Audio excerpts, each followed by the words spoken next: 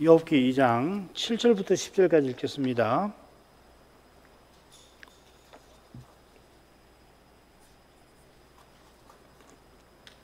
사단이 이에 여호와 앞에서 물러가서 욥을 쳐서 그 발바닥에서 정수리까지 악창이 나게 한지라. 욥이 제 가운데 앉아서 기와 조각을 가져다가 몸을 긁고 있더니 그 아내가 그에게 이르되 당신이 그래도 자기의 순전을 굳게 지키느뇨 하나님을 욕하고 죽으라. 그가 이르되 그대의 말이 어리석은 여자 중 하나의 말 같도다. 우리가 하나님께 복을 받았은즉 재앙도 받지 아니하겠느뇨 하고 이 모든 일에 욥이 입술로 범죄치 아니하니라.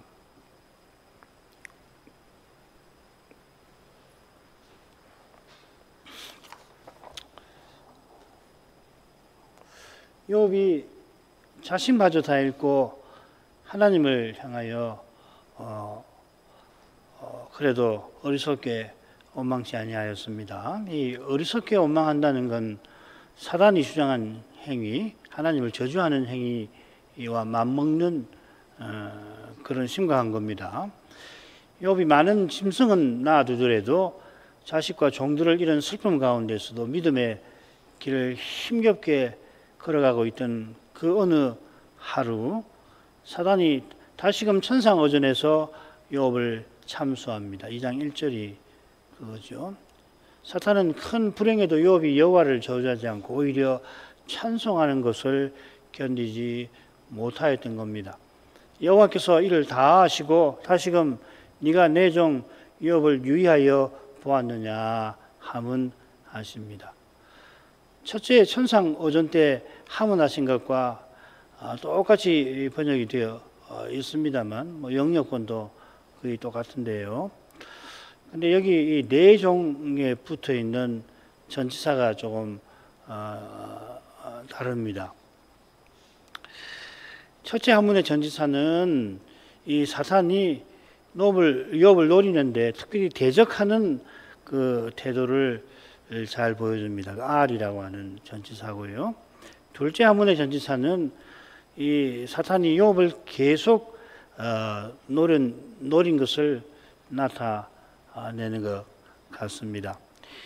여호와께서 마치 네가 욥을 그렇게 불행하게 만들고도 욥이 여전히 나를 경외하니까 네가 포기하지 않고 계속 그를 노린 거구나 이렇게 질책하시는 것 같습니다. 그런데도 사단은 아랑곳 않고 다시 욥을 참수하죠. 이번에는 사단이 그의 생명을 요구합니다.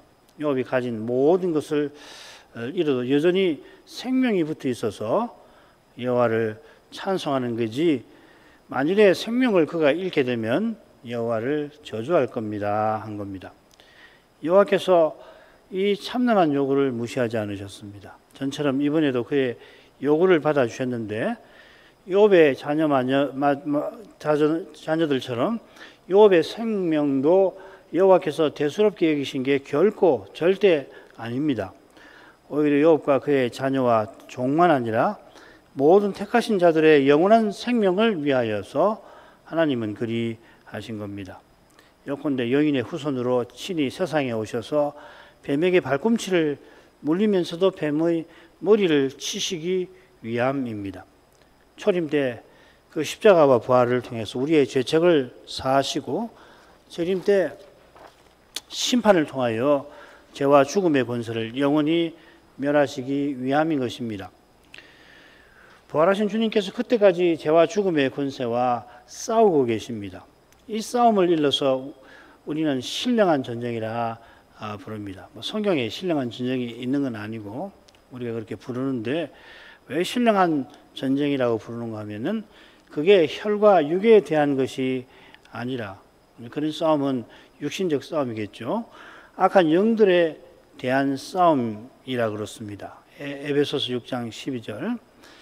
재림 직전에 그 짐승과 땅의 임금들과 그 군대들이 백마 타신 그리스도와 그분의 군대와 더불어 전쟁을 일으킬 것이다. 19장 후반부에 나옵니다.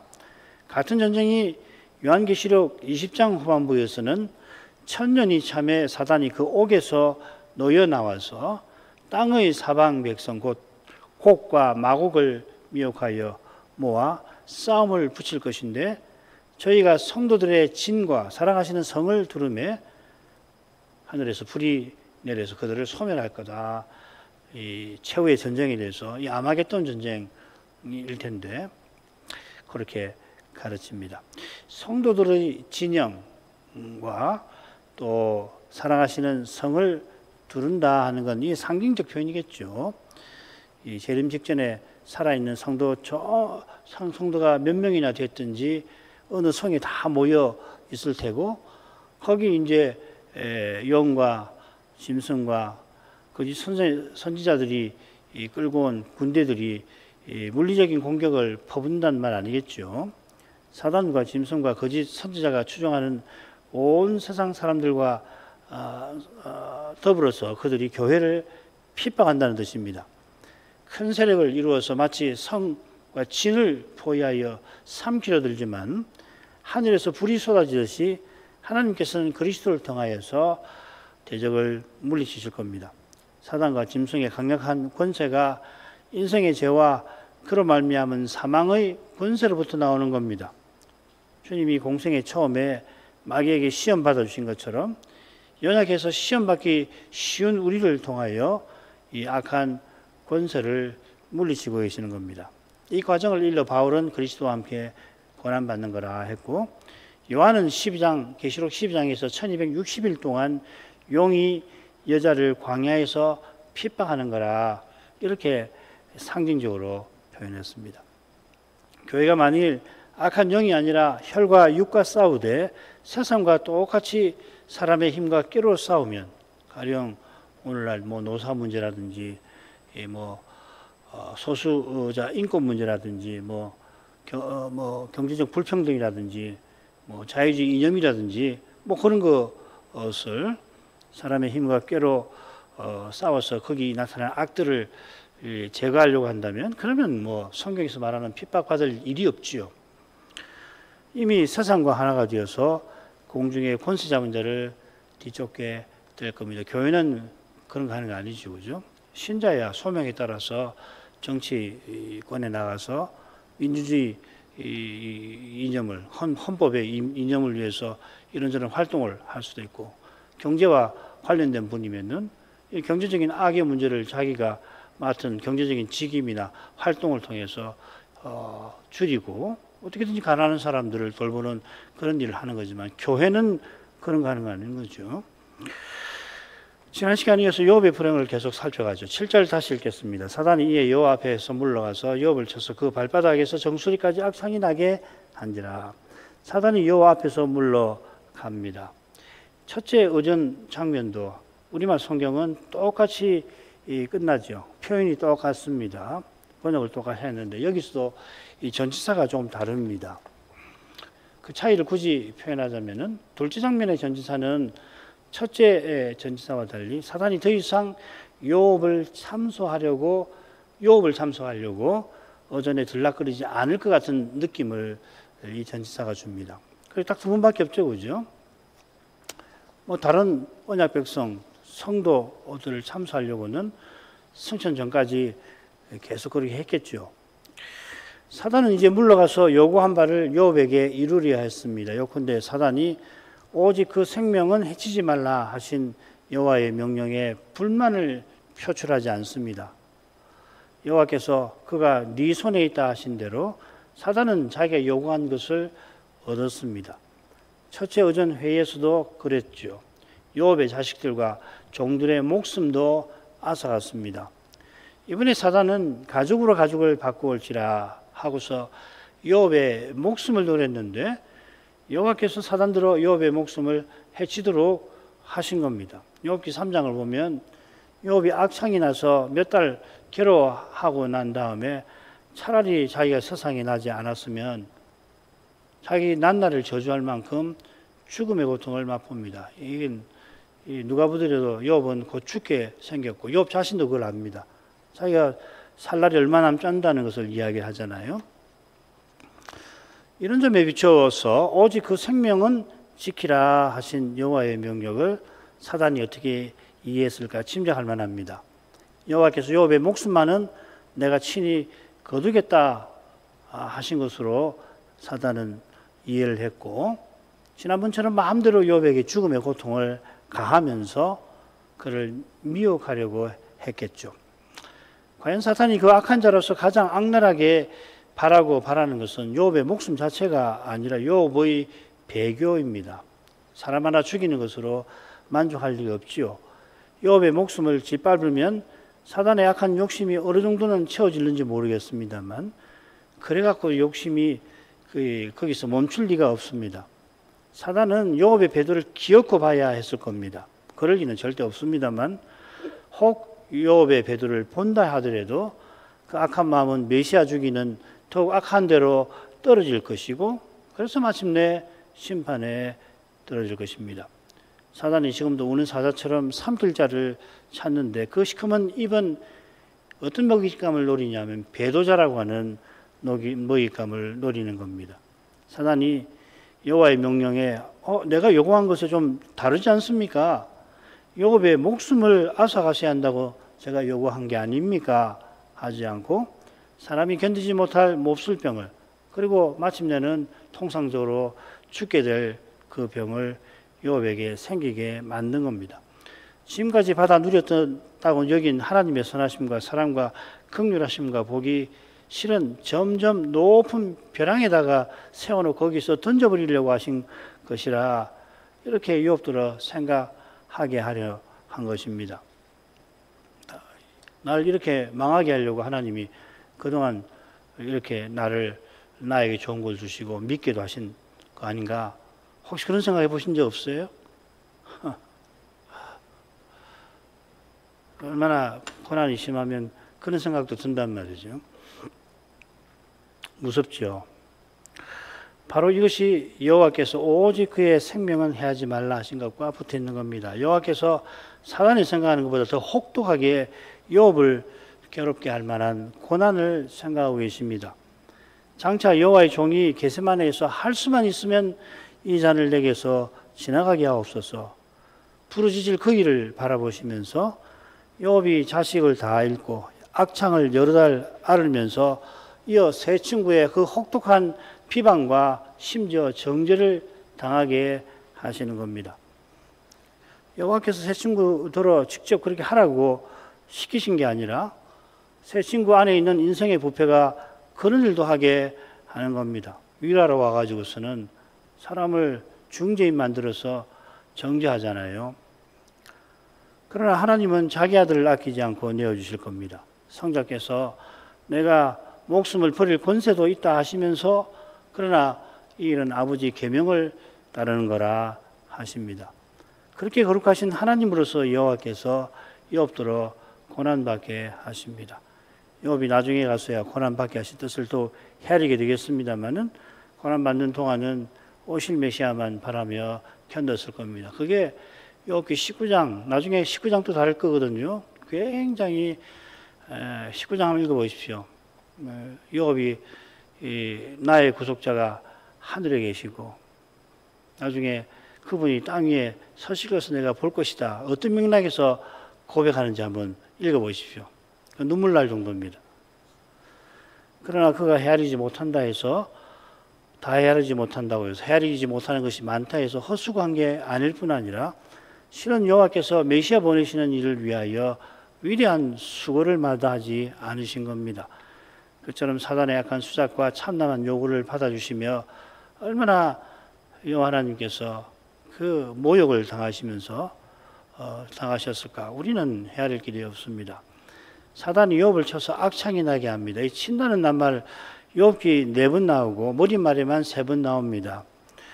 두 번이 뭐냐면 스바 사람하고 갈대아 사람이 욥의 소, 나귀, 약탈을 빼앗고 그리고 종들을 칼로 죽였다. 그 쳤다는 말이거든요. 그 낙하라는 말인데 칼로 죽였다 이렇게 번역해 놨습니다. 그들이 칼날로 욥의 종들을 쳐서 죽인 것은 사단이 이들의 악한 마음을 부추긴 사실과 붙어 있겠죠. 사단이 그렇게 교리한 것은 욥을 치기 위함인데 이제는 그가 직접 욥을 칩니다. 그 결과 발바닥에서 정수리까지 욥은 악창이 납니다. 이 비싼 표현이 신명기 28장 언약문에 이렇게 나와요. 여호와께서 내 무릎과 다리를 쳐서 고치지 못할 심한 종기로 바라게 하여 발바닥으로 정수리까지 이르게 하시리라. 밑줄 친 그 낱말이 욥기에 똑같이 나옵니다. 이 심한 종기는 이스라엘이 우상을 섬기고 여호와의 말씀을 순종치 아니할 때 여호와께서 경고하신 저주입니다. 그러니까 배교한 이스라엘이 받게 될 무서운 저주 중 하나인 거죠. 욥이 아브라함 시대를 살아간 분이라면은 이 아브라함 후손에게 경고하신 언약의 저주에 직접 관련되지는 않겠죠. 다만 모세가 배교한 이스라엘에게 생길 종기를 예고하기 직전에 이집트의 종기를 언급한 점에 주목할 만합니다. 아까 35절인데 27절에 이집트의 종기를 이야기를 해요. 이 이집트 종기는 이스라엘이 이집트를 탈출할 때 여호와께서 이집트 사람을 치신 재앙 중 하나죠. 그죠? 출애굽기 9장에 나옵니다. 자, 이런 점에서 이 종기가 훗날 문둥병의 하나로 언급되는 것입니다. 무슨 말이냐면 이 종기를 비롯해서 문둥병은 이 여호와의 거룩하심을 침해한 자에게 하나님이 치시는 저주를 상징하는 거죠.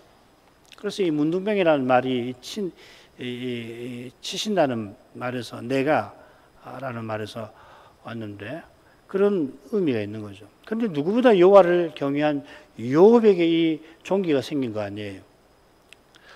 그러니까 욥에게 사단이 왜 이 종기를 생기게 했겠나?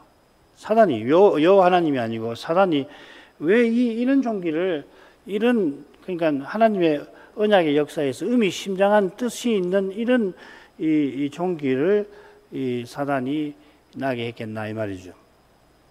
두 가지 악한 목적이 있는 것 같아요. 하나는 욥이 자기 생일을 저주할 만큼 이 악창 종기는 치명적 질병입니다. 나중에 욥기 읽어보면 이 병 증세에 대해서 욥이 이야기하기도 하고 또 밑에 보면 또 이 욥의 아내의 반응도 나오는데 이 질병을 통해서 사단은 그러나 욥의 믿음을 흔들려고 합니다. 이런 악한 효과를 거두기 위해서 마귀는 여호와의 저주를 가리키는 이 종기가 생기게 한 겁니다. 욥이 처음에는 그러지 않았는데 여러 달 종기를 앓으면서 자기도 모르게 여호와께서 나를 저주하신 게 아닐까 하는 생각이 일어났을 것도 같습니다. 저는 이런 생각이 들더라고요. 사단은 말 그대로 그 악한 자가 분명합니다. 지금도 사단은 그리스도의 교회를 허물려고 이렇게 지독한 일을 어디선가 이 시대의 주의 위대한 어느 종에게 행하고 있을지 모르죠. 그 다음으로 가죠. 욥이 제 가운데 앉아서 기와 조각을 가져다가 몸을 긋고 있더니 그 아내가 그에게 이르되 당신이 그래도 자기의 순전을 굳게 시키느뇨 하나님을 욕하고 죽으라. 그가 이르되 그대의 말이 어리석은 여자 중 하나의 말 같도다. 우리가 하나님께 복을 받았은즉 재앙도 받지 아니하겠느냐 하고 이 모든 일에 욥이 입술로 범죄치 아니하니라. 욥이 기와 조각을 들고 제 가운데 앉았습니다. 한글 개역은 욥이 이미 제 가운데 앉아 있는데 기와 조각을 가져서 몸을 긁고 있다고 번역을 해놨죠, 그죠? 근데 원문은 조금 다릅니다. 욥이 몸을 긁으려고 기와 조각을 들었는데 그가 제 가운데 앉아 있었다 이렇게 되어 있습니다. 좀 다르죠? 욥이 기와를 들고는 들고는 제 가운데 앉아 있었던 겁니다. 몸을 긁으려고 했지만 어쩌면은 망연자실한 채로 제에 앉아 있는 모습과도 같습니다. 그런 상태에서 욥의 아내가 악담을 품었던 모양이죠. 사람의 눈에 망연자실한 것 같습니다만은 아내의 악담에 욥이 보이는 반응은 이 대목을 다르게 생각하게 합니다. 좀 이따가 말씀드리죠.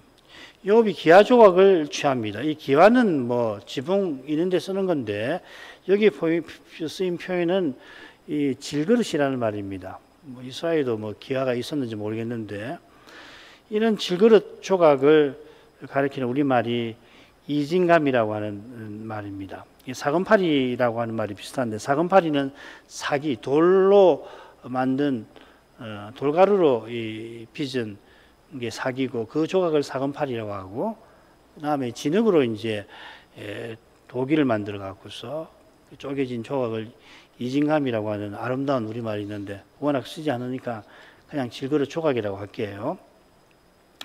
이 요업의 배경이 아브라함 시대라면은 이 고고학 발견을 참조할 때 질그릇 조각 같습니다.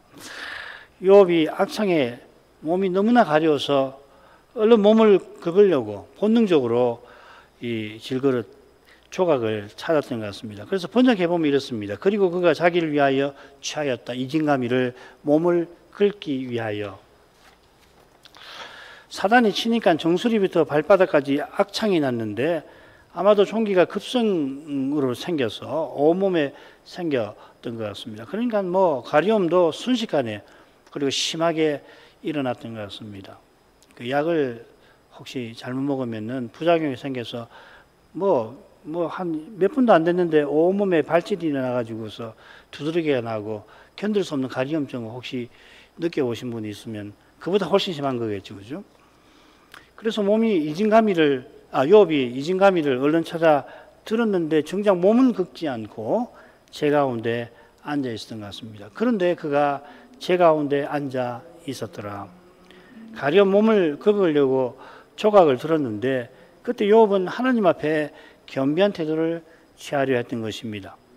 70인역을 보니까 성읍 바깥 오물더미에 앉아 있었다고 번역했는데 아브라함 시대에도 문둥병에 걸리면 마을 바깥에 격리시키는 관습이 있었는지 저로서는 잘 모르겠습니다.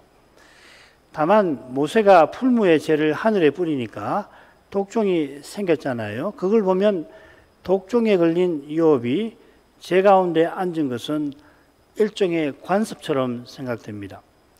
이 관습은 즉 먼지가 저주를 상징하는 성경의 그 상징법하고 무관치 않을 겁니다. 이 관습의 역사적 증거나 근거를 얻지 못한다 하더라도 요업이 심한 종기에 걸렸을 때 제 가운데 앉았던 이 겸비한 태도는 주목할 만합니다.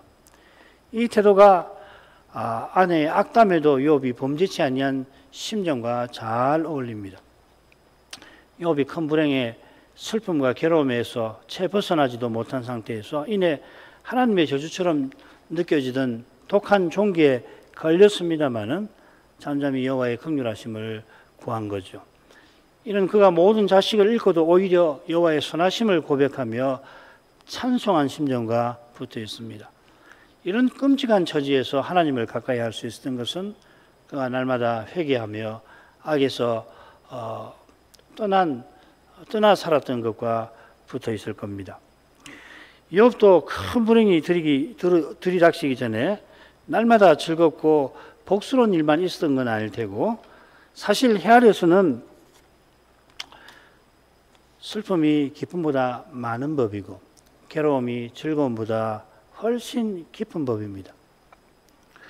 욥이 날마다 회개한 것처럼 세상 행복에 취하지 않고 하나님의 복주심을 늘 감사했던 까닭에 큰 슬픔이 밀려오는 때에 오히려 찬송할 수 있었고 큰 아픔이 채 가시기 전에 깊은 괴로움이 들이닥칠 때에 겸비한 심정을 품을 수 있었습니다.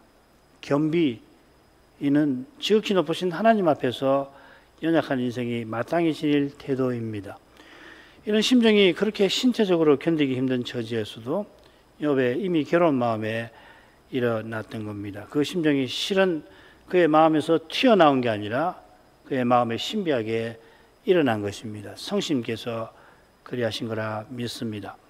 이런 내용에 비추어서 이어지는 욥의 아내의 반응을 보십시다. 우선 욥의 아내가 직접 언급된 곳이 두 곳인데 다른 한 곳에서도 그의 아내가 욥을 대하는 태도는 실로 부정적입니다.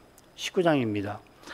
19장 17절 내 숨을 내 아내가 싫어하며 내 동포들도 나를 혐의하는구나. 여기서 나입니다. 목적어가. 이 절 앞뒤로 욥은 극심한 외로움을 토로합니다. 아까 전에 말씀을 드렸죠. 그죠? 욥은 모든 사람에게 따돌림과 무시와 멸시를 받습니다. 그 목록이 쭉 나오는데 한번 볼게요. 나의 형제, 나를 아는 모든 사람, 내 친척, 가까운 친구, 내 집에 우거하는 자와 종, 내 아내, 내 동포, 어린아이, 종들이나 소년들입니다. 나의 가까운 친구들, 나의 사랑하는 사람들. 욥이 사랑을 그렇게 받았는데도 불행한 욥을 따돌리고 무시하고 멸시하는 한가운데 종들마저도 뭘 이야기하면 들은 척도 안 했다는 거죠. 그런데 한가운데 욥의 아내가 나옵니다. 보면 거의 중앙에 욥의 아내가 나오죠. 그죠? 그리고 비슷한 내용이 앞뒤로 배치가 되어 있을 겁니다. 욥의 아내가 욥의 숨을 싫어합니다. 이 싫어한다는 표현은 나그네 된다 하는 뜻입니다. 욥의 숨이 그의 아내에게 낯선 나그네처럼 된다는 겁니다. 물론 하나님께서 욥의 형편을 돌이키신 후에 욥이 친구들의 사죄를 위해서 기도해주고 간구했고 욥의 모든 형제 자매 전에 알던 자들이 욥과 함께 잔치를 벌이죠. 아울러 욥이 아들 7과 딸 3을 두었으니 그의 아내도 이전처럼 가까워진 겁니다. 이 대목에서 한 가지 흥미로운 점이 있는데 저는 늘 읽을 때마다 참 흥미롭다. 42장 끝에 보면은 7 아들을 얻었고 3딸을 얻었다 하고서 3딸의 이름이 각각 밝혀져 있는 겁니다. 아들들의 이름은 나오지 않고 딸들의 이름이 나오면서 심지어 전국에서 온 땅에서 가장 아리따운 여자라고 언급이 됩니다. 이 여자라고 하는 낱말이 2번 욥의 아내라고 새겨져 있습니다. 딸들의 이름을 끝에 밝힌 것은 머릿말에서 아들들의 집과 잔치의 부속적인 존재로 딸들이 등장하는 것하고 대조가 되죠. 그죠? 이런 건 정말 놀라운 점 같아요. 그 여성에 대한 성경의 관점 말이에요. 창세기도 그렇고 돕는 배필도 그런데 여기서도 그렇거든요. 1장에서 머릿말 볼 때 욥의 종들에 대해서 우리가 생각했잖아요. 그죠? 욥의 종들이 직접이 아니고 이 배경처럼 이렇게 처리가 되잖아요.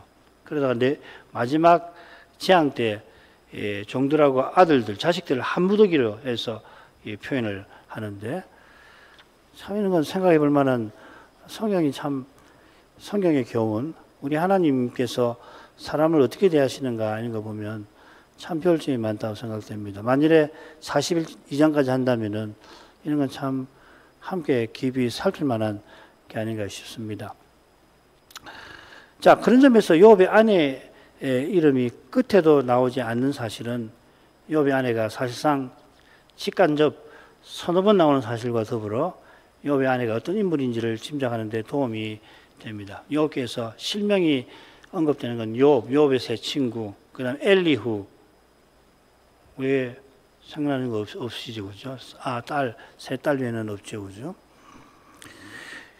욥의 아내는 당신이 그래도 자기의 순전을 굳게 지키느냐 하고 조롱합니다. 욥의 아내가 쓴 표현이 놀랍게도 천상어전에서, 2번째 천상어전에서 여호와께서 욥을 칭찬하시며 쓰시는 바로 그 표현이죠. 여호와께서 욥을 칭찬하신 그걸 욥의 아내가 조롱한 겁니다. 욥의 아내가 욥을 하나님이 칭찬하신 그 말씀을 들었을 리는 만무합니다만은 여호와께서 욥의 생명을 해치 말라 하시며 뜻하신 바로 그 고난을 욥에게 고난을 안기는 그 일을 욥의 아내가 하고 있는 겁니다. 언급할 필요조차 느끼지 않지만은 욥의 아내가 욥을 조롱한 것이 설마 하나님의 뜻을 받을 것일 리는 없죠. 여호와께서 사단의 요구에서 이런 일을 내다보신 겁니다. 하나님께서 시험하시는 것이 사단이 시험하는 것과 그 목적이 전혀 다릅니다만은 두 대립되는 시험이 신자가 겪는 하나의 시련에 함께 나타날 때 신자의 믿음이 마치 땅에 떨어질 것처럼 시편 73편의 시인의 고백대로 신자가 실족할 뻔 하기도 합니다.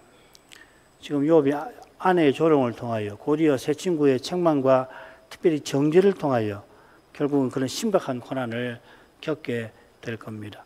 하나님이 번제와 욥의 간구를 통해서 세 친구를 용서하신 것처럼 욥의 아내와 형제와 지인과 종들도 용서하십니다. 그러나 그들이 욥을 오해하고 미워한 심정과 태도는 특히 세 친구의 교만과 정죄는 오실 메시아의 공의 없이는 절대 용서받지 못할 죄입니다. 욥의 아내도 그렇겠죠.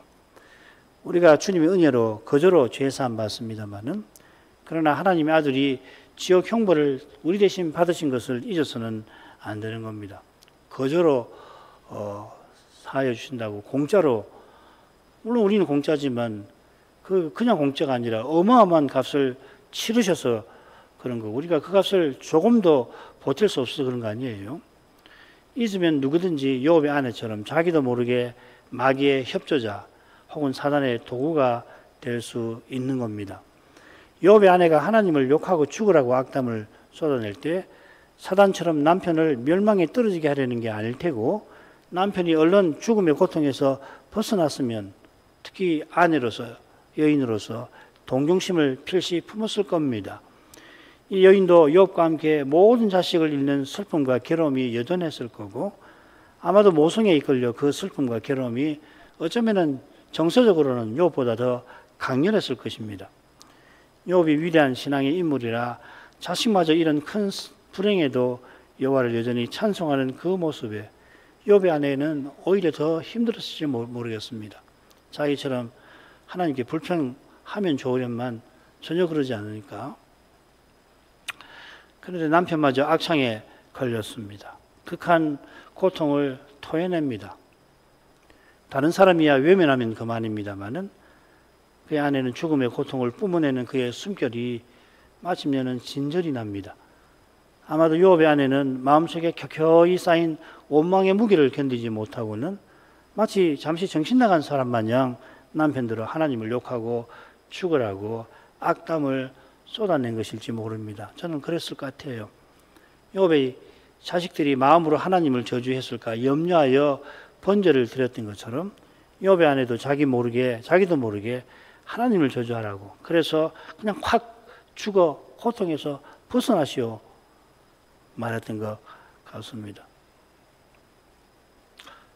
그런 까닭에 하나님께서 욥과 더불어 아내도 이전보다 더욱 복된 삶을 살게 하셨겠죠. 그렇지만 욥의 아내는 죽는 날까지 자신이 내뱉은 두려운 말과 그런 말이 쏟아져 나온 자기의 악하고 약한 마음을 하나님 앞에서 잊지 말았어야 할 겁니다. 욥이 아내의 악담을 듣고 아내에게 말합니다.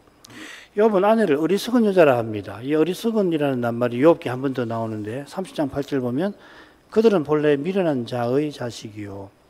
이 낱말이 바로 이 다윗 시대 악명 높은 인물의 이름 나발입니다. 그들은 고난받은 종을 기롱하는 젊은이들입니다. 여기 30장에 나오는 북이스라엘의 이런 악한 젊은이들이 선자를 욕하다가 암콤에게 찢겨 죽은 일이 있죠. 엘리사 선자를 기롱하다가 모세는 이 표현을 배도하는 이스라엘에게 여러 번 사용합니다. 욥이 이런 강한 표현을 쓸 만큼 욥의 아내가 뱉은 말은 심각합니다. 아내가 정신없는 말을 거치고 믿음의 말씀을 붙들기를 바랍니다. 욥은 누구보다 정신없는 상태일 겁니다만은 우리가 하나님께 복을 받았은즉 재앙도 받지 아니하겠느냐 하고 말씀을 아내에게 건넵니다. 이 고백은 처음 고백에 이어집니다. 원하는 대로 주신 하나님이시니 원하는 대로 취하신다 그랬죠. 그죠? 주신 자도 하나님이시요 취하신 자도 여호와신 여호와의 이름이 찬송받을지어다. 받으시기를 원합니다. 이렇게 했죠. 우리가 하나님께 선을 받는 것이 당연한 것이 아닌 그만큼 우리는 재앙을 받는 것이 당연한 존재입니다. 욥의 이 고백이 거룩하신 하나님 앞에서는 치당합니다마는 우리 살아가는 이 세상에서는 이상하죠. 우리가 발 디디는 땅이 인생의 타락으로 저주를 받았습니다. 저주받은 땅에서 인생이 수고의 땀을 흘려 먹을 것을 얻는 것은 순전히 하나님의 선하심 덕분입니다. 그러나 우리 스스로는 하나님의 선하심에 감사하지 않습니다. 그 이유는 주신 것을 스스로 얻은 것이라고 여기는 마음에 있습니다. 이런 상태에서 주신 자도 여호와시고 취하신 자도 여호와시라 하는 고백은커녕 우리가 재앙도 받아 마땅하다는 고백은 나올래야 나올 수가 없을 겁니다. 이런 고백이 하나님을 떠난 세상에서는 고난을 받을 수밖에 없을 겁니다. 욥이 주의 은혜로 이렇게 고백합니다마는 지금은 그런데요. 고난이 계속되고 깊어지면서 이 고백도 그 자체로는 해답을 주지 못하는 것 같아요. 우리의 깨달음이 은혜로 된 것이라도 깨달은 그 말씀과 말씀하시는 하나님의 생각에 여전히 미치지 못하는 법입니다. 이런 점에서 이 모든 일에 욥이 입술로 범죄치 아니한 것은 하나님이 모든 일에서 그를 붙들고 계심을 잘 보여줄 것입니다. 이만큼 하죠. 사탄이 여호와의 허락을 받자 욥을 쳐서 정수리부터 발바닥까지 약창이 욥에게 납니다. 견딜 수 없는 가려움에 욥이 질그릇 조각을 찾는데 그것으로 몸을 긁으려 하다가 먼저 하나님 앞에 겸비한 태도를 취하여 제 가운데 앉았습니다. 그처럼 아내가 악담을 퍼붓지만 그런 아내에게 하나님께 복받았으면 재앙도 마땅히 받지 않겠는가 하며 이번에도 욥이 범죄치 아니합니다. 그런 욥이 곧 자기 생일을 저주하게 될 겁니다. 이어 세 친구의 집요한 책망과 정죄에 시달릴 것입니다. 얼마나 고난이 깊은지 욥이 모든 것을 잃고 자식마저 잃은 데다가 온몸에 악창이 나서 괴로운 때 바르게 고백했던 그 믿음의 고백에서 해답을 얻지 못합니다. 여기 고난의 신비가 서려 있습니다. 바른 고백조차도 시련 앞에 얼마든지 무력해질 수 있습니다. 그런 무력한 인생이 바른 고백에 이른 것이 하나님의 은혜이듯이 은혜의 하나님께서 그렇게 무력한 상태에서 인생을 능히 붙들어 주십니다. 그런 방식으로 심지어 욥을 쓰시기도 하십니다. 지금 부활하신 주님께서 이러한 방식으로 비슷한 방식으로 하나님 뜻을 이루고 계시는 줄 믿습니다. 이런 말씀의 거룩한 빛이 믿음의 길에 늘 절실한 겁니다. 오늘도. 그래서 어제 그 빛을 보았다 하여 오늘 믿음의 길에서 내디딜 것을 저절로 알고 또 내딛게 되는 것 절대 아닙니다. 믿음의 길을 걸어가면 갈수록 오직 그리스도를 고백하게 하십니다. 이런 고백을 들을 수 있도록 우리가 구해야 할 것이 무엇인가를 생각하고 구하시기를 바랍니다. 그게 하나님 말씀인데 신학생들 조사들에게 이런 말씀을 주시기를 구해야 되겠습니다. 기도하겠습니다. 기도하겠습니다. 거룩하신 아버지, 저 옛날 우스당에 신실한 종을 친히 세우셔서 그가 한낱 사람으로서 도무지 견디지 못할 그런 극심한 시련을 큰 파도가 밀어닥치듯 계속해서 그가 겪게 하시고는 그런 그를 통하여 여호와께서 이 세상의 여호와의 종으로 여자의 후손으로 오시는 그 일을 어떻게 이루어 가셨는지를 이날에도 살피게 하십니다. 그리스도의 십자가를 떠나서 욥의 고난의 의미와 가치를 헤아리지 못하는 것처럼 오직 인생이 그리스도를 믿는 믿음으로만 죄사함 받고 죄와 죽음의 권세를 이기며 살다가 영원한 구원에 이르게 될 것을 배우게 하십니다. 사단이 첫째 의전회의의 결정을 따라 욥의 모든 것을 앗아갔지만 그의 장담과 달리 욥이 오히려 그의 순전함을 지켰던 터라 사단이 얼마나 욥을 더 미워하고 어떻게든 그를 무너뜨리려고 했을지 짐작하고 남습니다. 과연 그가 다시금 천상거전에 이르러 여호와 앞에 서서 이번에는 욥의 생명을 감히 요구하며 욥이 이번에는 저주할 거라 주장했는데 여호와께서 이번에도 그의 요구를 받아들이셔서 욥을 그의 손에 두셨지만은 놀랍게도 욥의 생명은 해치지 말라 하시면서 실은 사단이 생각지 못하던 그런 신비한 방식으로 욥을 더욱 고난받게 하셨나이다.